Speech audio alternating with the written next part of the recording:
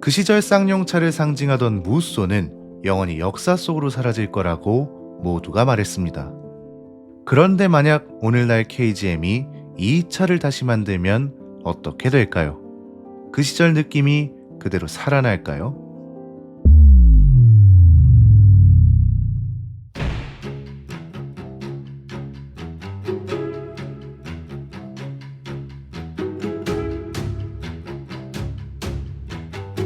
KGM은 무쏘를 이렇게 만들어냈습니다.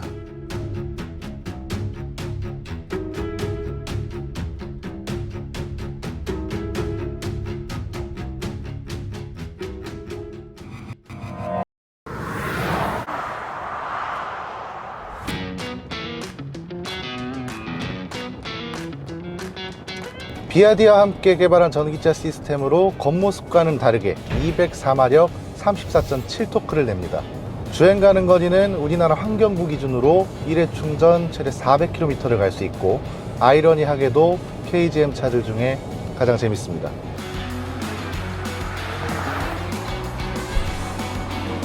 사륜 구동 모델은 무려 408마력에 최대 토크는 69.3토크에 달하죠.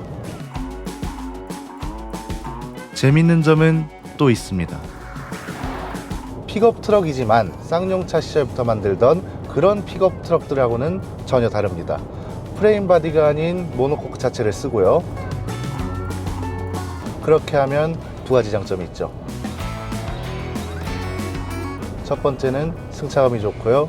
두 번째는 아저씨들한테 무시받기 좋습니다.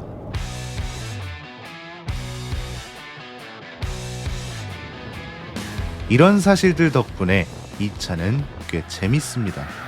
네, 지금 엄청나게 밟고 있지만 아무 소리도 안 납니다. 그런데 가속 페달을 더 밟으면, 와, 이건 무슨,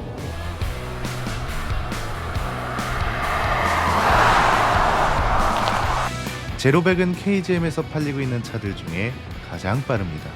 참 아이러니한 거죠.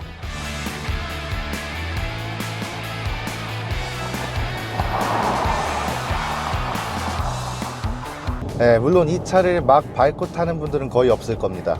그런데 이건 굉장히 큰 의미가 있는 겁니다.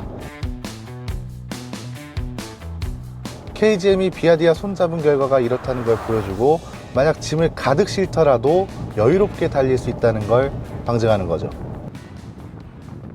네, 마음에 듭니다. 괜찮네요. 잠깐만요. DPD 오토에선 차만 사도 프리미엄 썬팅, 유리막 코팅, PPF까지 전부 무상식 36만 유튜브 DPD라 믿을 수 있으니까 상담만 받아도 매달 수십만 원 절약할 수 있습니다. 비교 견적, 복권 세트, 차종 추천까지 전화 한 통이면 끝! 자동차 살 땐 DPD 오토 꼭 기억해주세요.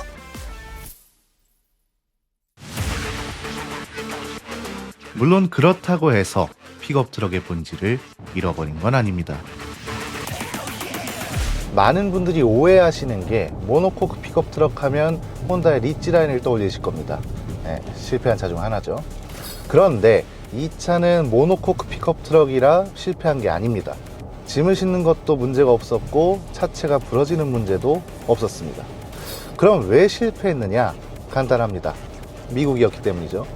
F150, 실버라도, 램 픽업 이런 차가 있는데 굳이 못생긴 리치 라인을 살 이유가 없었습니다.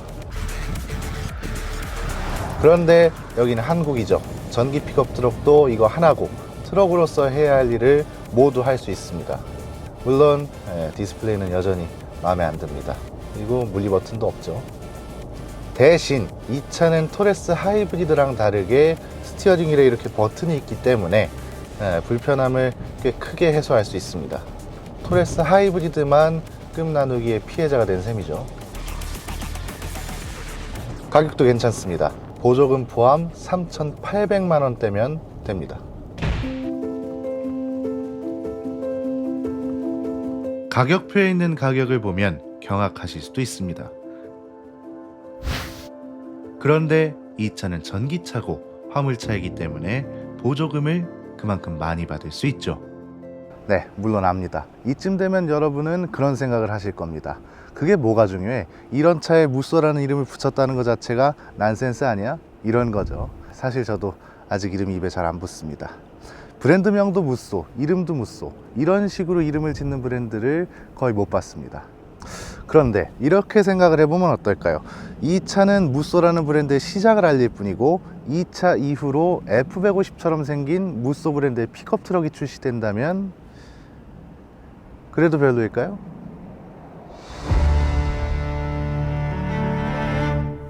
이건 이미 공개된 자료와 시간의 흐름만 봐도 알 수 있는 내용입니다.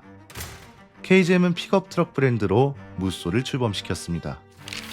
그러면서 무쏘 라인업으로 등장할 신차 스케치도 공개했죠. F150을 닮았습니다. 그리고 무쏘 EV를 브랜드의 첫 모델로 정하면서 티저 영상에 그 시절 무쏘가 등장하고 렉스턴 스포츠와 렉스턴 칸의 이름을 무쏘 스포츠, 무쏘 칸으로 바꿨습니다. 렉스턴 스포츠는 어느덧 출시된 지 7년이나 됐습니다. 대대적인 페이스리프트를 거치거나 풀 체인지될 시기가 됐다는 거죠. 여러 가지 루트로 취재해본 결과 생각보다 출시 시기는 빠를 것으로 보입니다. 당장 3개월 뒤가 될 수도 있습니다. 즉, 우리가 보고 있는 이 차가 바로 브랜드로서의 무쏘의 시작이라는 겁니다. 이제 좀 다르게 보이지 않나요?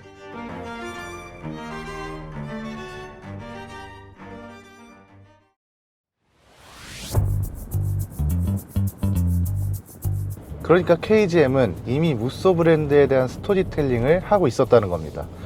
이걸 아는 사람이 많지 않다는 게 문제지만요. 만약 무쏘 칸이 스케치와 같은 F150처럼 그것도 올해 출시가 된다면 무쏘 브랜드의 가치는 높아질 수밖에 없습니다.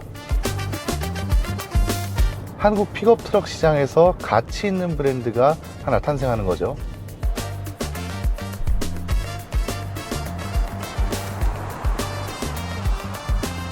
물론 걱정되는 게 있긴 합니다.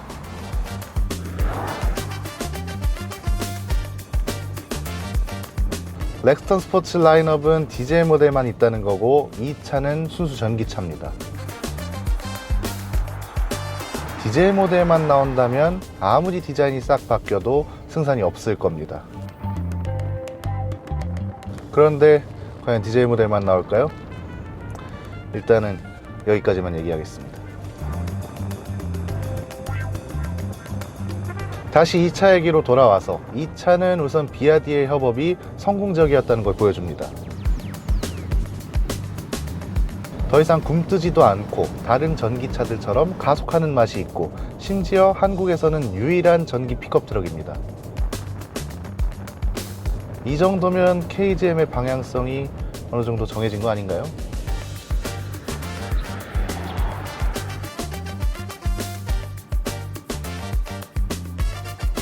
그래서 이 차를 다시 봐야 한다는 겁니다. 파워트레인은 물론이고 보기에도 꽤 괜찮습니다. 컨셉카를 거의 그대로 가져왔고 그 덕에 도로에서 마주하면 눈길이 꽤 오래 갑니다. 그리고 모노코크 픽업 트럭이기 때문에 어떤 걸로 공격을 받을지도 잘 알고 있는 듯 했죠.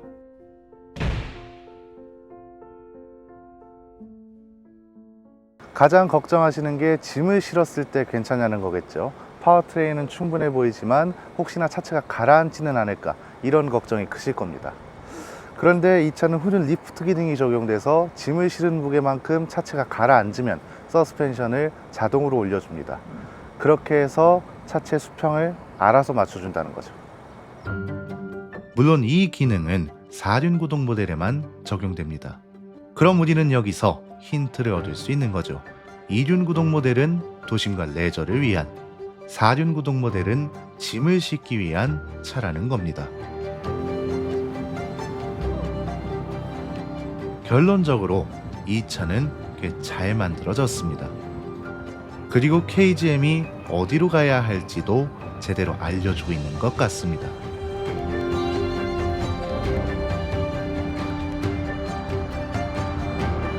솔직히 가속하는 느낌이나 움직임 모두 쌍용차나 기존의 KGM하고는 차원이 다릅니다. 이제야 요즘 나오는 차 같다는 게 여러모로 의미가 있습니다. 이렇게 만들면 됩니다. 스토리텔링도 충분히 가능합니다. 그런데 저걸 하나 짚고 넘어가야겠네요. 스피커 옵션을 넣지 마십시오. 로고가 떨어지기 직전입니다. 이게 지금 1000km를 조금 넘게 탄 차인데 벌써 이러면 안 되죠. 다행히 이건 개선을 해준다고는 합니다.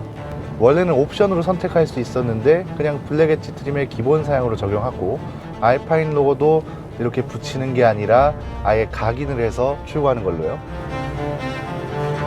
물론 저는 그럼에도 저건 안 넣을 것 같습니다. 음질은 토레스 하이브리드의 기본 스피커보다도 못합니다.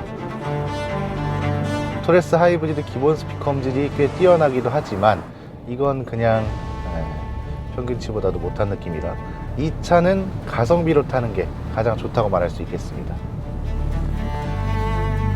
3,800만원대의 전기차, 그것도 중형급 픽업 트럭이라면 꽤 매력적이라고 봅니다.